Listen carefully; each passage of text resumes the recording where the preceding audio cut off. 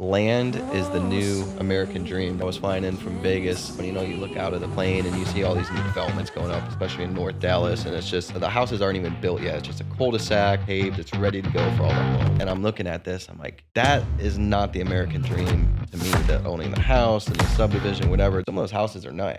But for me, the American dream is being out on whether it's 10 or 50 or 100 acres, even if it's in a mobile home, and having some guns and maybe a water well and having your own water and hopefully some trees and all that good stuff. So I think it's the new American dream. Can I build $10K a month so that I can pay my bills, pay my car insurance, get some groceries, and not have to go to W2? Hey guys, what's up? I flipped my first real estate deal in 2015. 10 years, man. Time flies. We could sell a $300,000 lot 2 years ago easy. We could sell a $400,000 lot pretty easy. We can't do that right now. I always consider you kind of a land investor, but maybe not so as much anymore. My flipping margins were compressing. It was just becoming a drag. It was a lot of work, not a lot of profit. About 2 years ago, I kind of just said we're going to stop. A little under 2 years, but we've done 45 deals full cycle, and you have another 15 or so that are in various stages. How the heck did you get into that? So what do we do? I'll just show you everything I'm doing right now. Let's do it. So how do you sell a lot of your stuff? You using any private money? You mentioned AI. Are you using it? That's the gold nugget of the podcast. I've never even thought of that. If Clint Turner is buying a note, what sort of yield does he want to see? Oh gosh. Let's put him on the spot. You got a whole team now and AI to feed everyone's deals. We've got to feed the AI machine. So please bring me your deals. Hell yeah. Ladies and gentlemen, welcome back to the John Jasniak Show. I got a great guest for y'all today. Friend of mine I've known for several years now. I've kind of watched him go through different facets of real estate and doing some cool deals. My boy, Clint Turner. What's going on, dude? man? Glad to be here. Glad to be here live in Fort Worth. This is the first DFW real estate meetup that you were speaking at, so I appreciate you coming out last Wednesday of every month. Trying to see if we can get some cool investors, good deals, learn something, shake some hands. So I guess let's start with you're a real estate guy. I think you've been doing it, probably since the same time I was, 2016, 2017, came up in the land space. I always consider you kind of a land investor, but maybe not so as much anymore. Yeah. Shoot. Let's get into the details. Let's do it. I mean, I flipped my first real estate deal in 2015. So it's 2025 now, so it's been about 10 years. 10 years, man. Time flies. Yeah. So spent a lot of time doing different kinds of deals. And then also we have the coaching and education arm, so we work with a lot of real estate businesses. Okay. So I think one of the unique things we get is we get the ability to see a lot of different businesses at one time. So a lot of times I feel like I may have had a slight competitive advantage on the data and market insights. Okay. So when people were flipping and flipping margins compressed, I saw that like a year and a half before anybody else did. And so you're talking land flipping. Land flipping. Become more competitive. Straight flipping. So like think 2019, 2020. I don't know when you were in the business. 2017. Okay. So 2019, 2020, from a flipping, like sending out mailers standpoint, the old days when you'd send 1,000 or 2,000 mailers out, you get a couple deals out of it. Yeah. Right around 2019, 2020 is when that started compressing, and then COVID happened. Okay. And so I just didn't see the same return that I had, put 30,000 out of marketing. You expect to make 3, 4, 5, sometimes 10 plus X that. And I just didn't see it. I didn't see it. What do you think this, I agree with you, probably a couple deals per 1,000 at least back in the day. Yeah. Where do you think it's at now? I hear numbers like in the land space, at least like 1 in every 3,000, 1 in every 5,000. I don't know if you have any good data metrics on that and how more competitive it has got. That puts you at like a 6 or 7x more competitive if you're getting a deal every 500. Now it's every 3,000. Yeah, so the golden days in land, I kind of missed out on a little bit. Okay. I think it was like 2010, 2012 maybe to like 2020, flipping big deals. Okay. Deals with 6-figure net profit spreads. Ooh. And so I think you can still see those numbers of send out 1 to 5,000 mailers, and maybe you can find a deal you can buy for 3 or 4 or 5,000 and flip for 8 or 10 or 12,000 or something like that. Mm-hmm. But that's hard to build any kind of business on because just there's not enough margin for all the time and energy it takes. Yeah, definitely. So for those kind of deals, yes, I still think you can send out 2,000, 3,000, 5,000 mailers, what have you, whatever marketing metric, and find a deal. But the most reliable data I've seen lately is like if you're just doing mailing, to find a good deal with a net profit of 6 figures or more.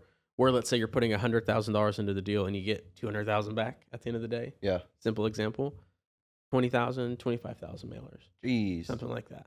Yeah. So you're And looking- realistically, how I think about it, it's probably closer if you average it out, because that's like a lot of marketing to send, right? Yeah. And so you have highs and lows, and the lows are a little It's lower. variance. Yeah, very high variance. And so really probably closer to like 30,000, 30, 35,000, I would think. And unfortunately, I think you got a lot of beginners coming into the space still, because this is kind of a hot niche, and they don't realize that or expect that. So they're like, oh, I'm going to send out, 3, 4, 5,000 mailers. And next thing you know, it's like 20, 30,000 later, they're like, I'm out of business, or I don't have any more money to market. Mm-hmm. And again, I still think you can hit some of those lower numbers just with looking at not like very undesirable properties at lower spreads. Yeah. But that's just a very challenging business to scale. It's a great place to start. Is where I started. It's where a lot of people start. But scaling to doing deals that actually allow you to like hire some team members and just build even a very basic business infrastructure. You didn't start in land, did you? Weren't you a W-2? Oh yeah. Yeah. So I graduated college, have a mechanical engineering and then a computer science degree. Okay. And I went to software sales I went in right out of college, but I also started flipping real estate and doing a few other things like right out of college as well. Like what else? Because I was doing freaking stock trading, like blogging. Like before I started my land business, I was an engineer too, of course, petroleum engineer. I was like, I want to be a penny stock trader, dual monitors, studying charts. Like it's like trading meme coins these days. Yes, the golden days for sure of penny stock trading is very much like meme coins nowadays. It was stressful, man. I'm like freaking going up and down, and like you have to study and journal and watch the charts and technical analysis. I'm like, yeah, it was way harder than land investing. Yeah, I went down. I don't remember the exact blog, but it was something along the lines of like passive income, something. And so I was trying to like flip houses and buy rentals, which just really wasn't going well for me. I was super undercapitalized and like trying to do it in a really competitive market like Austin, Texas. So it was not going well. And although back then, imagine if you had like held some of those or had some of those rentals. Fast forward. I did one deal, so we don't have a lot to look back too upset on. But where I found the most success is I started buying ATM machines and putting them in different locations. Yeah. And so I found a few bars that didn't have ATMs in them and various spots. I got up to like 9 around town. Okay. So you'd buy an ATM, just depending on the location, the size, the tech you needed, anywhere from like $2,000 to $5,000. At least back then, that's what it was. I don't know what it is now. But during like $2,000 to $3,000, we buy the machine for. Okay. Then it's hooked up for like $40-$50 a month on a satellite internet connection, and then it just sits there. Well, I'm gonna need to pick your brain on that because I want to get an ATM out in Cornudas. We did have one, but then when I bought the property, it came with it and it didn't work. It was busted. So I need to get the ATM grind on like Clint Turner. But that's cool, man. I think interestingly enough, a lot of people came into, I think, the real estate, in particular the land niche, in like 2016, 2017. That was like the glory days, glory years of land investing. And I don't know, I think nowadays it's even gotten crazier because everyone and their mother and brother, including us two, are coaches. And so now everyone is entering the space. Yeah. Which, is what it is. I don't know if it's good or bad solopreneurship has become, and entrepreneurship has become cool. Like It's cool again, especially through COVID and work from home, like the idea of working for yourself and having time freedom, having location freedom, all the things that are the initial draw points. I think it's become cool. It's become popular again. And land is an easy sell. Like the marketing pieces for selling the education coaching side are, I don't know, they work very well. But just like any business, it's just a business where if you work hard and you do, you consistently try, you'll be successful. And if you don't, you probably won't. They often pitch, and not just land, I think real estate in general, as like a passive income, sit on your butt, have a huge lifestyle business and travel around and have all this freedom. But I have just not found that to be the case. No, I've never found that. If you build it with, like, I just feel like that's often the intention of somebody trying to get out of a W-2. Like, that's what sounds cool. Like, that's what sounds like the dream. Yeah. Right. And then you start doing it and you realize that it's more of a passion than anything. It's just like anything that you put your heart and your soul behind. There's a lot of great and there's a lot of hard as well with it. And so it's cool to think like I want to build my way out of a job. Yeah. But then you realize actually like I'm somewhat passionate about what I do. Like I love the development projects I work on. I love the deals. I love the people I work with. And it just like it's like that's level 2 or level 3 of your entrepreneurship journey. Where level 1 is like, can I build $10K a month so that I can pay my True. bills, and pay my car insurance, get some groceries, and not have to go to W2. So I feel like it just like changes your vision, your mindset on it as you grow. I think a lot of people have that goal, 10K a month. That was pretty much my first goal, which can be achieved, I think, in the first 6 to 12 months, if you're dedicated and focused. But I know you're not really, well, are you still doing land deals nowadays? Oh yeah, so that was one of your original questions. Yes, I'm doing less. So what do we do? I'll just show you everything I'm doing right now. Let's do it. So I got some development projects, some larger land deals I work on. Okay. I think I have 3 of them going right now. And then through the social media and some of the marketing list I've built, I focused a lot on partnership deals, working with other people. Okay. So whether it's flips or it's distressed real estate or it's buying loans or it's flipping packages of deals, really just places where I see I can add value at like a really high yield on my investment. I feel like I'm currently blessed to have more and more opportunities that present crazy yield on investment, 50, 100% plus, and not enough, or maybe about the right amount of capital to deploy it to. What do those 3 development deals look like? Are we talking like subdivisions, land projects, commercial? What are we talking? We're talking commercial and then 2 subdivisions. So 1 commercial entitlement deal and then 1 just normal land split, very traditional, and then 1 that's got some like distressed components to it and market acquisition. So those are 3 deals. They're all in the kind of like, my general footprint is generally buy for 500K to like 1.5, maybe a little less. Okay. And then try to double our money. Right? But like that's the general model that I go for in those deals. I often think about on similar deals, scalability. It's something that I'm trying to kind of solve myself right now, where I think there is a ton of opportunity in the 500,000 to, like you said, maybe the 1.5 million. You're buying it and you're doubling your money. And those are pretty simple and straightforward and plentiful. But when you start to look at it, if you're doubling your money, let's say you're making $1 million a pop and you want to make 10 million a year, you have to do 10 of those projects, which sometimes is easier said than done, at least in my opinion, because, you got handling the contract and buying and closing it all the way through any problems and surveying and county approvals if required. And then, the disposition side. And it's like, I would much rather do 1 project and make 10 million on that. But that is also easier said than done, I think, to find a relatively easy land, in this case, project that you can do that without having to go through crazy entitlements and engineering and rezoning and like crazy stuff. Infrastructure is way easier said than done. So do you think that's the sweet spot, like 500 to 1.5? Like do you ever think about scalability? Like what goes through your mind? Well, to answer the first question about scalability, based on the data I have, I just think there's like a middle market niche there, maybe. And maybe I shouldn't be telling people this. But, well, I've already told them, I think. I know. But, it looks like a lot of different things. I know a lot of your projects, the general kind of characteristics of West Texas land split, how that generally works.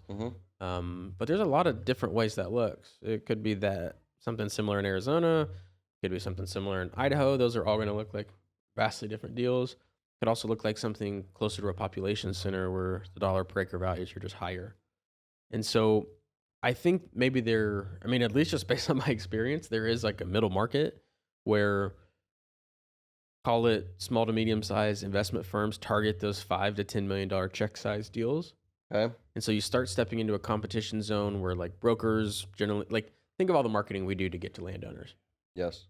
Brokers generally do the same marketing, but to landowners of just like significantly more valuable properties, right? Because they know there's an opportunity where there's liquidity on one side of these investment firms, family offices, private equity groups, whatever you want to call it, that are willing and like ready and they want to pull the trigger on $10 million checks. For brokers, what is that? 2%, 4%, 6%? And are they getting action on the other side? And there's all sorts of under the table stuff going on that I've seen in those size deals. So where we've done pretty well is in those like 500K to $1.5 million deals where we can cut a check pretty quick, get a deal done, Yeah. and we understand the general layout of what it's going to take from an entitlement or exemptions from entitlement, whatever it would be. I mean, I think there's opportunity there. Getting into the scalability side it's based on your personal preferences too, right? Like, Sure. If you want to scale and grow a massive business, or if you want a more lifestyle, chill business. well, look, you're probably right. You can probably do 10, 15, 20 deals, 5 deals, just depending on the complexity at a time. Okay. Yeah, I mean, if you want to do 10 million, like if you go do one $10 million deal, the next thing you're going to say is, all right, let's do $10 million deal. Or $100 million. Or 100, right? Like, Yeah. so that desire to level up is always going to be there. It depends on what you want to do.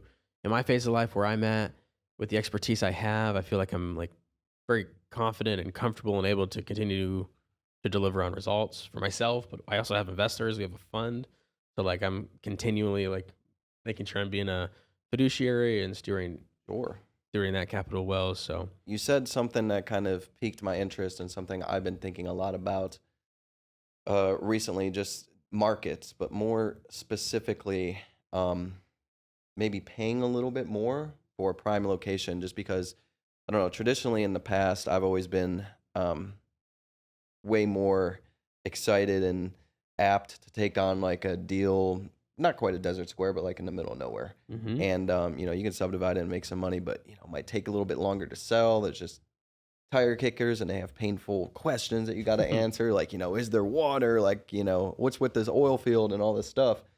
And recently I've been blessed to do a couple projects where they've just like flown off the shelves, like almost marketed themselves. yeah, And I've paid a little bit more for those projects, but the yield and return is still fantastic, but it just turns through a lot quicker. Then on the back end, it's such a more desirable product for an investor who someone wants to buy the notes, or, developer who's trying to do land home packages or whatever. So, I mean, I guess, how do you think about markets in that sense? Are you just, is that forefront, top of mind? Are you more just like, I can make a yield here no matter what the market, or kind of where does that fall for you, I guess? yeah. The last 10 deals, big deals we've done, have all been in desirable markets. And I don't think I can go back to doing it like a different way. Yeah, like no more desert squares or scrubland. No, I mean, on a tangent, sometimes I do think about buying like a couple sections and like doing something big like that. But, Couple thousand acres. yeah, and, cutting them down into hundreds or 40s, whatever it is, right? It's, Yeah. I know the product very well, right? So we could create it. But doing stuff that's been more desirable, it really solves the sell side of things, I think. I mean, it's just everything you just said. How do you sell a lot of your stuff, whether it's some of the commercial or development stuff, or land? Are you using brokers and realtors mostly? You got in-house? What do you do? Yeah, brokers for everything now. I pretty much pay for good brokers, or I have a little in-house brokerage setup where I can, if there's a project that has some like uniqueness about it, partial lot releases on big deals, or I got a couple deals right now I'm working where I couldn't get a partial lot release Okay. negotiated in, but I still wanted the deal. And it was just a deal killer because there's attorney counsel involved and just isn't getting through. So I just bought it without releases. Yep. And I'm just going to have to bridge the debt at some point. Okay. Right. And so, for example, doing that deal when I know the properties are going to sell with some velocity, it allows me to have a much more feasible way to bridge the debt, or even just come in personally and, pay off the note, if you will. You using any private money? Some private money, some relationships we have, but we also have a fund that we set up with just some very strategic marketing to investors that we've done. Nice. And we have, within like a fiduciary responsibility, we have unilateral control over the capital to deploy it into pursuit cost or into equity side of the deals. And so it gives us the ability to move pretty quick on some stuff when we're ready to, especially when you need to pull big checks in. And so anyway, that's been good. And back to your question, working on big deals, or I'm sorry, more desirable deals. Yeah. I will take, I don't know, if you say I'm going to make, 50% yield on my capital instead of 100, but I'm going to do it quicker with a better product, I'm going to take that one. Like if I got to put them heads up against each other. versus one that's going to be harder to move and be a little less desirable. This has been my first project. We got a 76 lot subdivision going on right now in West Texas, 415 acres. The first time I've used kind of a broker slash agent on site, giving her 3%, no exclusivity, but she's like, John, I have this big list of clientele. Like, I can sell a lot of these lots for you. Like, yeah, okay. Let's see what you Yeah, can do. right. She has ripped off, like, it's pretty much all sold out in less than 3 weeks. I think we've sold, because we do a lot of in-house stuff, I think we've sold like a third of it, and she sold like 2/3. Just sending contracts left and right. Yeah. So, like, I'm kind of veering towards like, okay, maybe there is some utility to an agent or a broker, but I really think it'd be good for them to be boots on ground. And in Texas's case, bilingual, able to run out there and show them the property, whether it's commercial or land. I don't want just some Yahoo sitting in the office who's like, oh, I can get it up on the MLS for you. It just don't make any sense. All my best brokers are what you just said. They're not like whitetail properties, like sit behind their desk and drive their Shout out Whitetail. and drive their Toyota Tundra out for, to show the $2 million ranches. Like most of my great brokers have almost all exclusively lived close or like accessible to, because these are still these are still an hour outside of town, right? Okay. So you got to have somebody that's willing to, like, 5 days a week, get in the truck, put on the boots, rain or shine, and go out and meet somebody to show property. So you exclusively then looking for a realtor or broker in XYZ area that your property is Almost in, obviously. exclusively. Little exceptions here and there, but for the most part, yeah. And they're still willing to, in some cases, they drive out a half hour to an hour if needed. Yeah, I mean, to sell 200, if I give them the opportunity to sell six $250,000 lots, Really? $1.5 million, like, I'm going to, unless it's somebody I haven't worked with before, like if it's the first time, I'm going to make sure they understand the expectation. And I always do very short, like for new brokers, I do very short, like whatever the lockup period is of the listing, just to make sure I can change if I want to. But yeah, I'm very much like, I'm going to pay you a good commission, but I need you, like, you're going to probably drive out to the property 4 times more than the actual sales you make. Like that's an expectation I want you to have. And I want to make sure that, like, when I follow up with you, like that's the kind of feedback that I'm getting and understanding. Gotcha. Yeah. This deal has been killer. And I'm super excited about kind of trying to enlist more on-site brokers and whatnot. I don't know. I think having an in-house sales process is also key, because I don't like spending that 3%. Yeah. And so, like, on a $7 million project, if she sold all of it for 3%, it's like that's $210,000. Like, in my head, I'm just thinking of $210,000 worth of Facebook ads, and my face being all over West Texas, and that money being better utilized. It's fair, but it's a like the brokerage side, especially for like the lower dollar stuff. It's a bunch of tire kickers. It's a lot of pain in the butt. It's like, I would argue, and I know of some people in the land space who, like, their thing is just finding buyers for people's land. So, like, it's a whole business of just running the marketing and inbound lead qualification. What's been your experience? What do you think of those people? Because I've not had any good experiences really with them. I'd rather hire it in-house and train it as opposed to utilizing a third party like that. Yeah, I've never done that, but I meant a little more like, I think there's some gurus teaching now, hey, like, John Jasniak's got 40 listings on land.com. You should go into all the Facebook groups and DM all the people and ask them if they're interested in this property. Almost be like a pseudo realtor, but like that's gold right there. Right. And so I say that just say, like, there's business models where people are making $10K a month or more. That's the gold nugget of the podcast. I've never even thought of that. Go in and just developer, Clint Turner, Jazzland, whatever it is, and just, what are they listed? Where are they at? And boom, pop into the groups or just start networking and pitching their land for them. And just start. Yeah. I mean, there's a couple guys I know that are doing a pretty high level, and I haven't worked with them personally because I haven't had a need to, like a project that fits the scope. Yeah. But from what I've heard, people that have is like, they go out and they hustle, boots on the ground in some cases, to go and like find people to buy your properties. And there's money to be made doing that, right? And so it's a business. And so, like, I say that to say a good broker, that's what they do. And it's a whole business that you have to run alongside like a land development business. Yeah. I think to do like sales really well, like, if I have somebody who, like, that's their business and they want to do it to a high caliber, I just want to let them do, I want to let them cook on that, and I'll pay them their 2 or 3% or whatever it is, as long as I think, and I can see clearly that I'm working with somebody that high integrity, but also good at their job and is going to do what's required to get the deal closed. What do you think about kind of structuring a deal? Do you do any owner finance? Mm-hmm. Okay.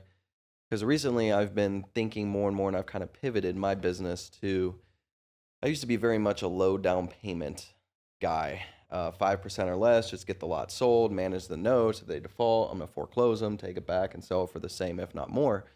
Um, and I've been blessed, I guess, to have found plenty of note buyers and people on the back end who will still take that product from me if I wanted to cash out. But thinking in terms of scalability again, I'm trying to go big, like 9-figure big, and that doesn't work in my opinion on that business. Too many defaults, not enough marketable product on the back end if you want to move paper. And so I've been in the process of like transitioning the business to, okay, closer to 10% or more down payment. The whole RMLO licensed origination is a super hot topic. People have the Dodd-Frank argument. Is it needed for raw land? Is it not? I don't care about any of that because at the end of the day, I just want to do what the investors want on the back end. A lot of them are saying we want higher down payments. We want better credit scores. We want to be the loan to be originated RMLO through a licensed officer, et cetera, et cetera. Were you ever a low down payment guy? And how does your business look in that sense when you're doing owner financing? I'm curious.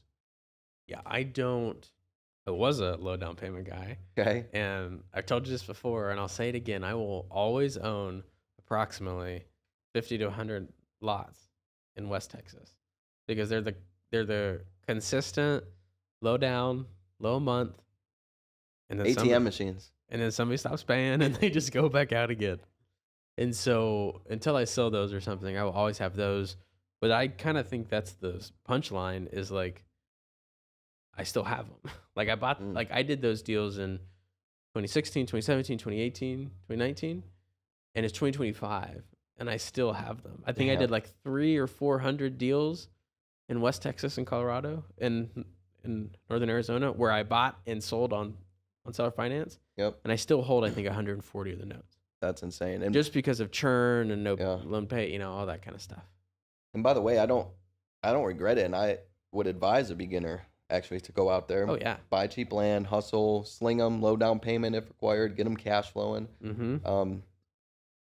and look for note buyers who are going to accept that product so that you can cash out if needed, and see if you can find some of those folks because they're invaluable, but then make the pivot as quickly as possible to, as you scale, hire more sophisticated buyers. That's where we are now. There's kind of a mindset shift I think you need from going from that business to what we do now, whereas I'm not going to write a note if to some extent I want to buy that note myself. Right?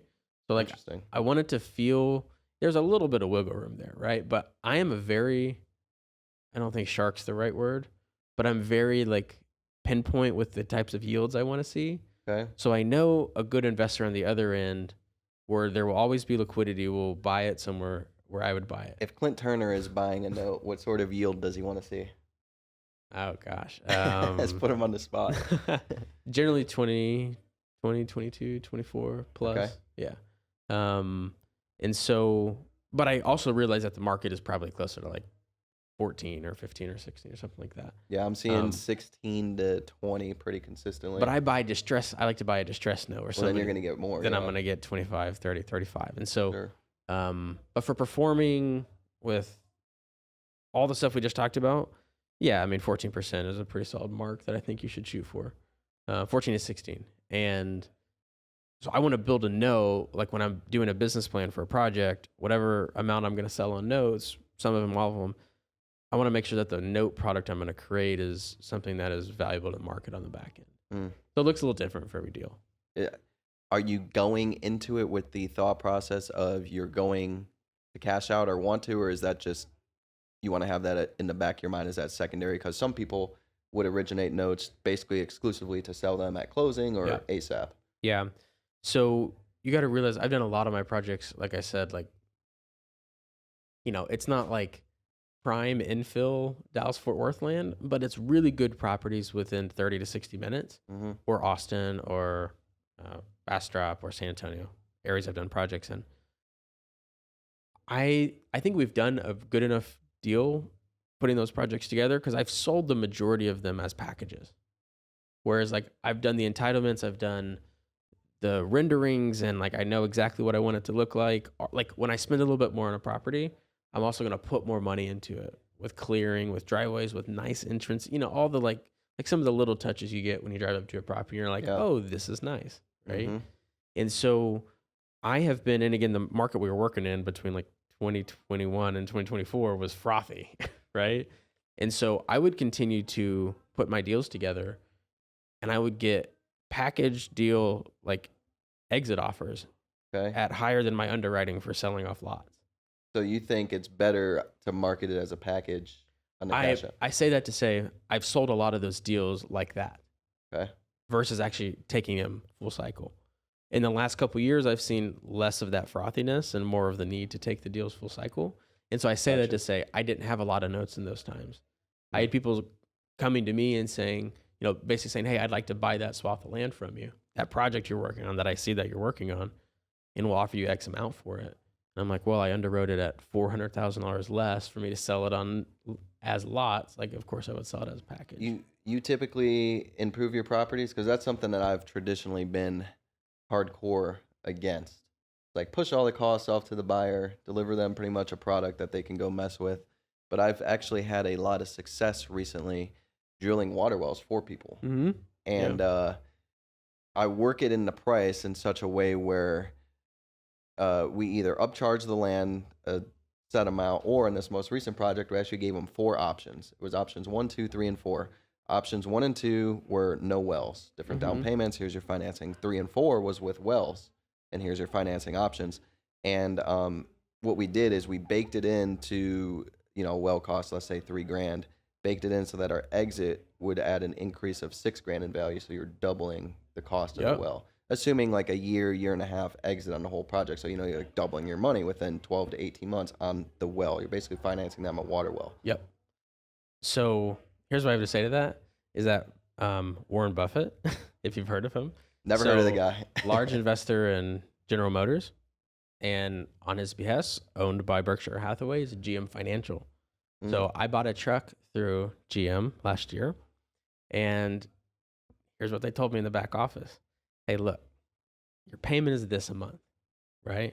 Okay. Because I have to buy it with the payment or else I don't get the discount. So your payment is this a month. And I saw this guy work, and he said, but if you want all your maintenance covered for 7 years, your payment is just this much, $40 more. Well, upcharge. And the average person's like, oh, all my maintenance for 5 years for $40 a month? That sounds like that's golden. And to them, they're just creating paper on like 100% margin product, basically, because most of these trucks aren't going to break down that much in the first 5 years. It's exactly what you just said. You basically said, hey, you can put this much down and this much, or you can put this much down and this much. Yep. And you can have a water bar, you can have that insurance, that protection plan. So very, very smart. Thought about that as well. Haven't had to do that yet for wells, but for the product we create, we're often selling, $150,000 to $300,000 lots. Okay. And so at that price point, with a little more of a hottie toddy, like live in Dallas, live in Austin, and I'm buying land outside of town. Yep. Buyer, it's so much about the visit.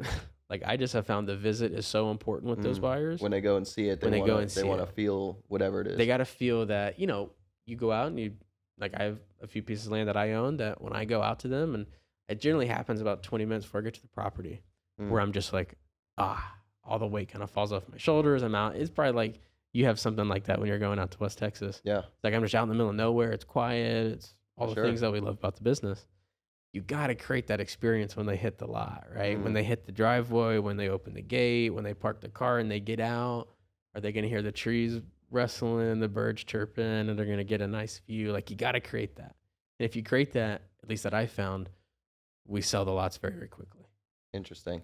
I've been kind of on this kick or this phrase that land is the new American dream. That's basically what you just described. It was funny. I was flying in from Vegas a couple of days ago, and you look out of the plane and you see all these new developments going up, especially in North Dallas, and it's just the houses aren't even built yet. It's just a cul-de-sac. The developer put it in. It's paved. It's ready to go for all the homes. Yep. And I'm looking at this. I'm like, man, that is not the American dream to me. That owning the house and the subdivision, whatever. That some of those houses are nice, Mm-hmm. but for me, the American dream is being out on whether it's 10 or 50 or 100 acres, even if it's in a mobile home, and having some guns and maybe a water well and having your own water and hopefully some trees and all that good Mm-hmm. stuff. So I think it's the new American dream personally. Yeah. And yeah, also, is it the first house or the second house? And Yeah. what cities are you coming from? So you know what the kind of average income and net worth is in that area, so you can build product. Like, what I've seen is there's a lot of deals that make sense conceptually, but like the market we're in right now, we have to be very, at least this is the insight I have, is we could sell a $300,000 lot 2 years ago easy. We could sell a $400,000 lot pretty easy. Okay. These are lots. These are 10-acre lots. It's build your home, bring your horse, that kind of deal. Sure. We can't do that right now. That's a lot harder to do. It's that kind of like mid-level consumerism, I think, is tied up.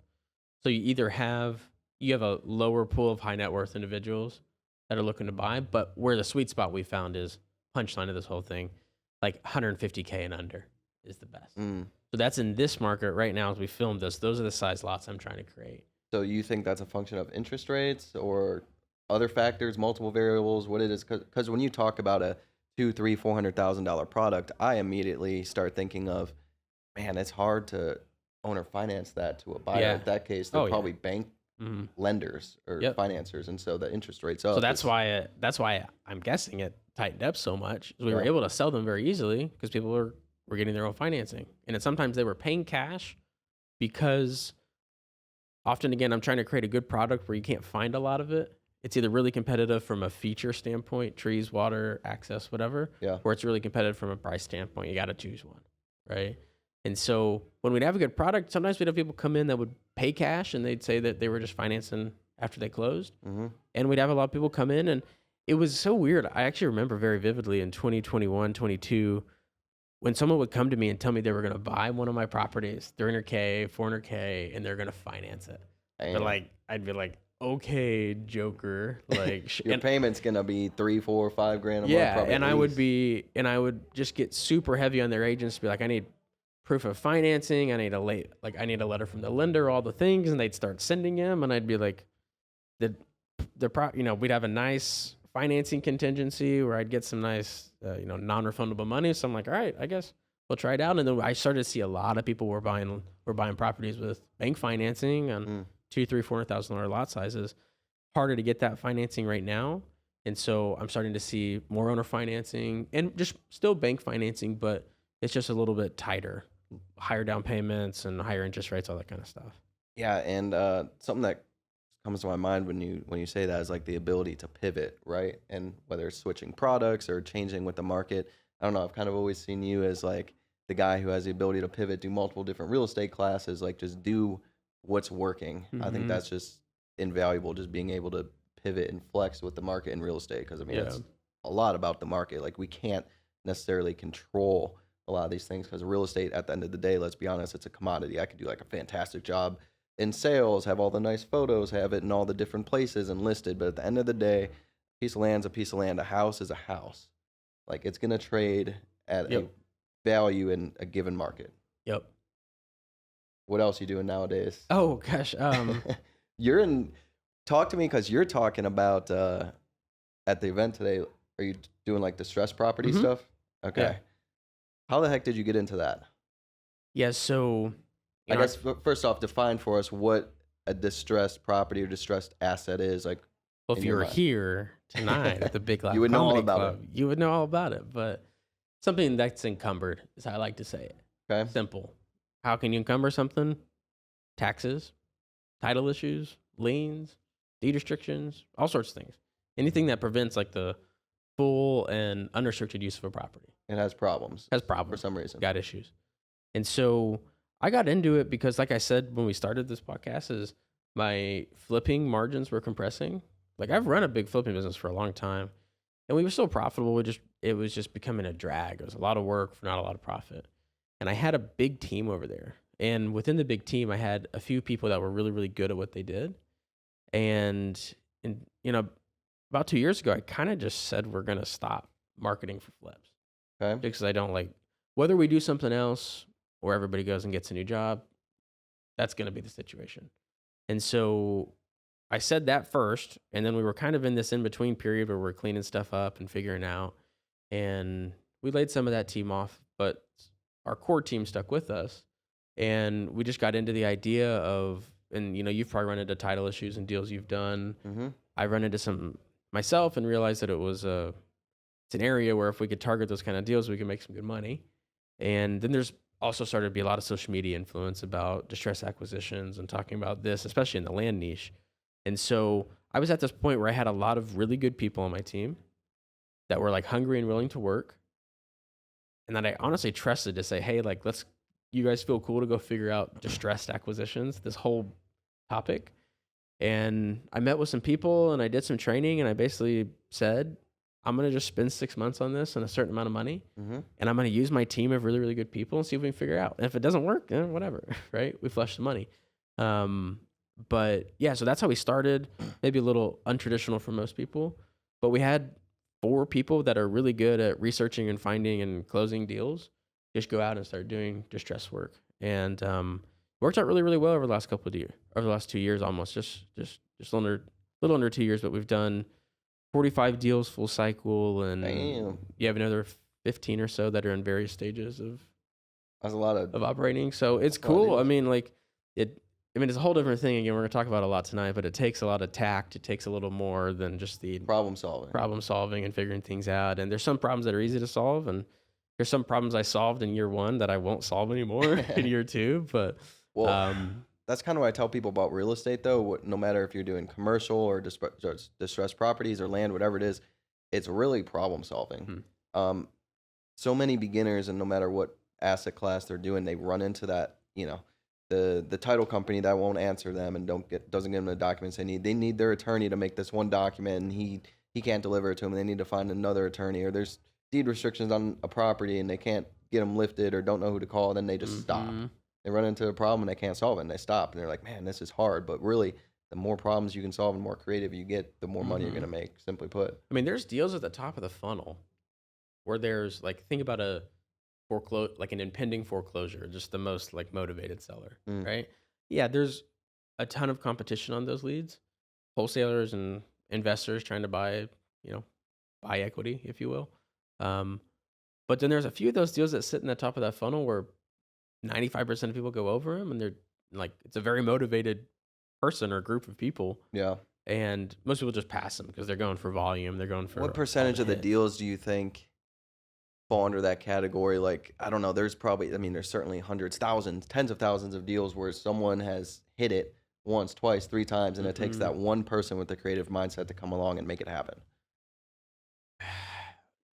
Well, with the deals where there's like single touch points, where there's one person that is in charge of all the distress, if you will, okay, those deals often get taken care of upstream. Whether the person in distress self-selects through an ad somewhere, right, PPC or whatever, and they get called by an investor with a unique data set, and they were able to find something that said that these people were distressed.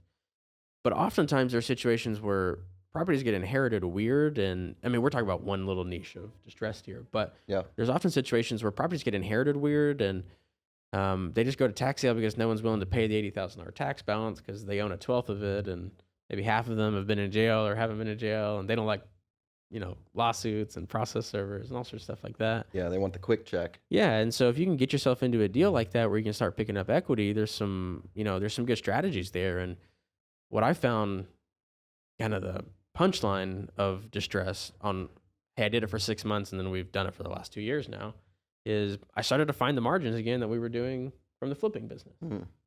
Same team. Actually, we cut our team by like 70%, which was fantastic.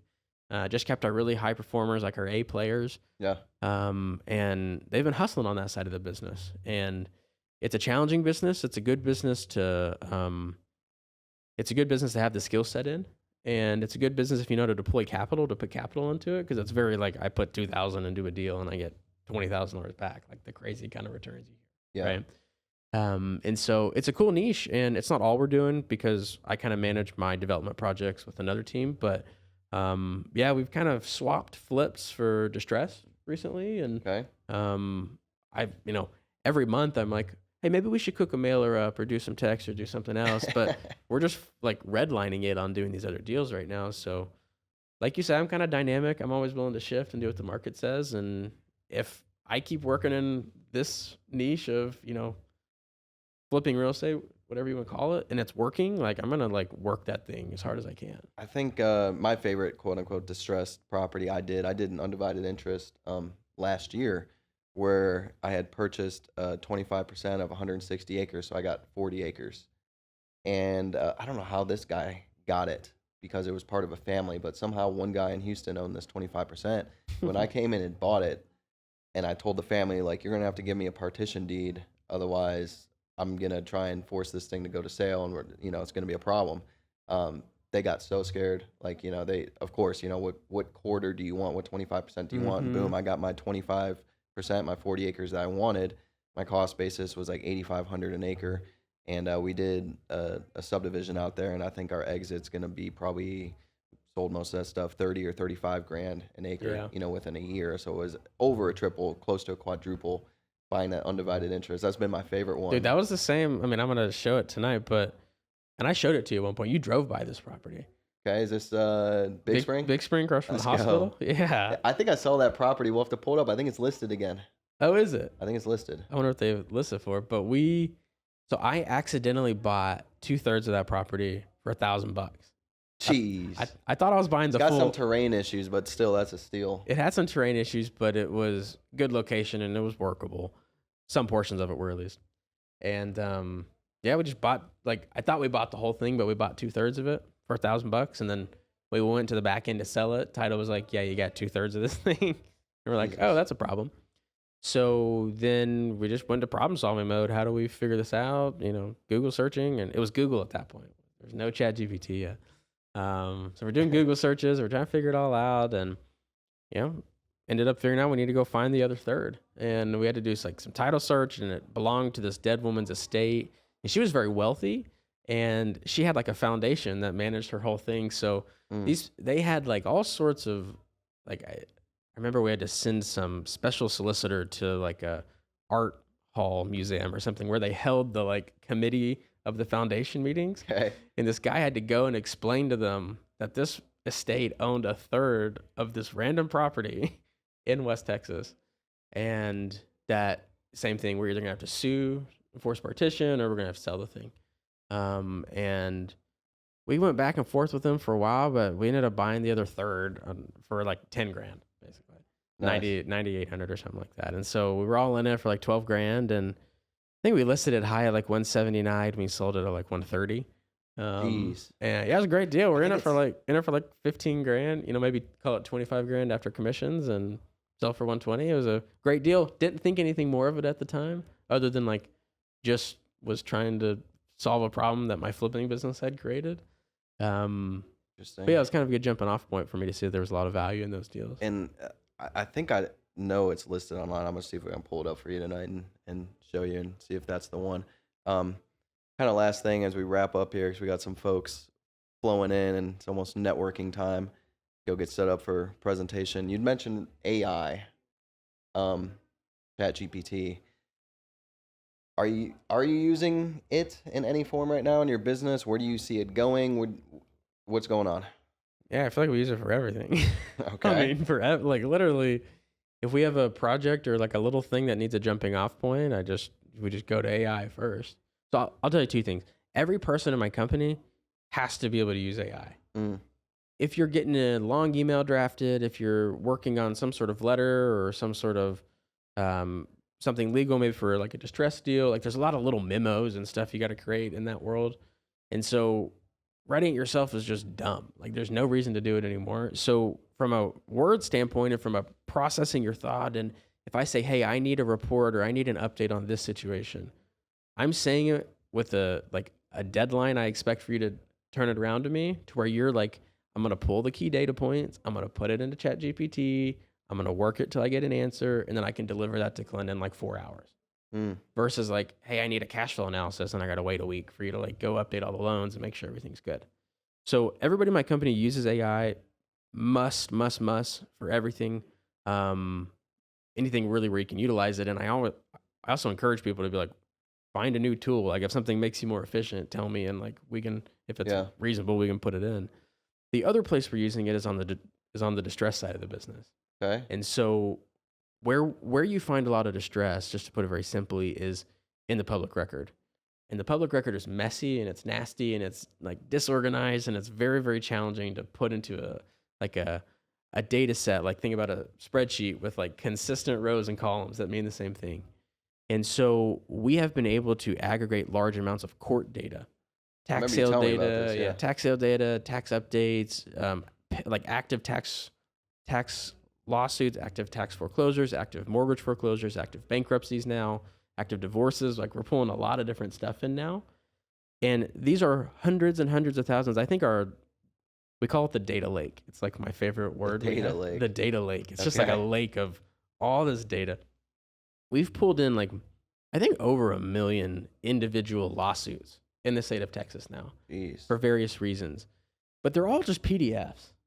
And so we've been able to use AI in that sense to feed all the PDFs in and say, hey, I'm looking for these flags. I'm looking for these key indicators that might tell me that this specific lawsuit contains a distressed property. And we have like 30 or 40 flags that we give it. And it's been able to do a lot of that work of reading everything and being like, yep, that property's worth $200,000, got $50,000 in taxes, and 6 people are being sued. When it flags it, then is that triggered to like a human touch point of like follow up on this lead? Correct. Yeah. Correct. And so we've been able to do that over a massive data set. And we have like, I don't know how many times more, but 10 or 100 times more deals than we can work right now. Jeez. Just because they're like, again, they're time consuming deals. You got to figure out what's going on. You know, it's great that you have the deal pinpointed. It still takes a lot of work to do the deal. But that's the coolest use of AI that we've found so far, is being able to take all the stuff from the public record, or in this case, a small section of stuff from the public record, and train an AI model to say, find distress for me, right? That's been pretty cool. And I think like I see a ton of ways that little business sector can grow. It's just think if you could turn it on think if you could turn it on the land record, okay?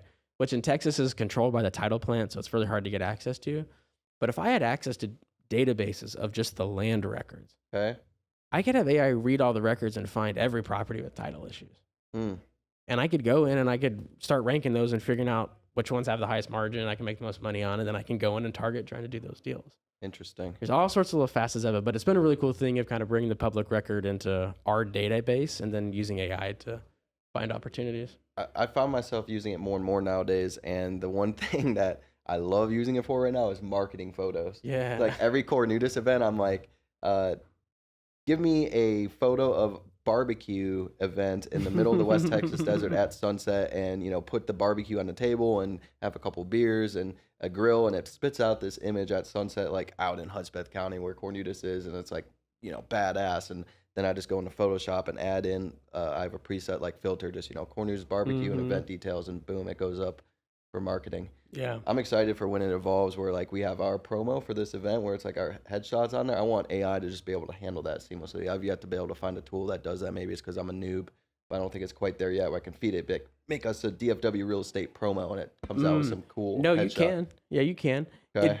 What I've seen is like to really make it what you want to publish, it's like you feed it all the raw video, and through a couple like prompt, like text-based interactions, it'll probably get you 80% of the way there. Yeah. And then you need to take it off and have your editor like finish chopping it. Yeah, I want it to be 100%, so that way I don't need to have any editor. I just be like, I need it today. Me and Clint, we're about to launch these ads. Man, these things are getting better every single month. Like the rate of change of them is crazy. Like ChatGPT just put out their new image model today or yesterday, and it's okay. Well, crazy. I'll have to check it out. Yeah, then. it was. I was Dolly, playing. isn't it? Isn't that it? Is that the one you're talking about? I don't know. They give all these new names to them, but that's probably the one I use, so I need to check it out. Yeah, it was like yesterday they came out with it, and I was playing around with a picture in one of our rooms. I was like, "Can you change this wall to this like black wall that we want to decorate it as?" And it was like perfect, gorgeous.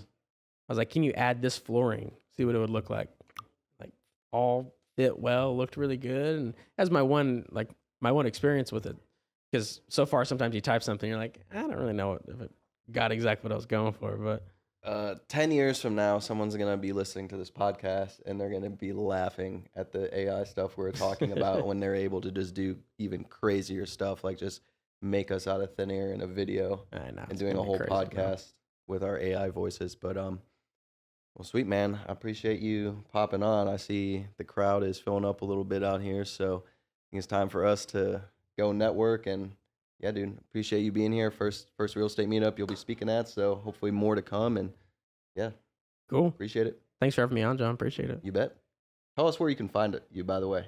Oh, yeah. You can just go to my websites, learn.land, www.learn.land, or just follow me on any social medias. And if you got deals or want to keep up with what we're doing, just At Clint Turner. Send him deals. Look him up, Clint Turner.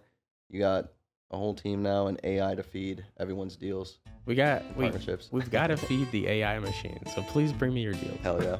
Appreciate it, man. Go, dude.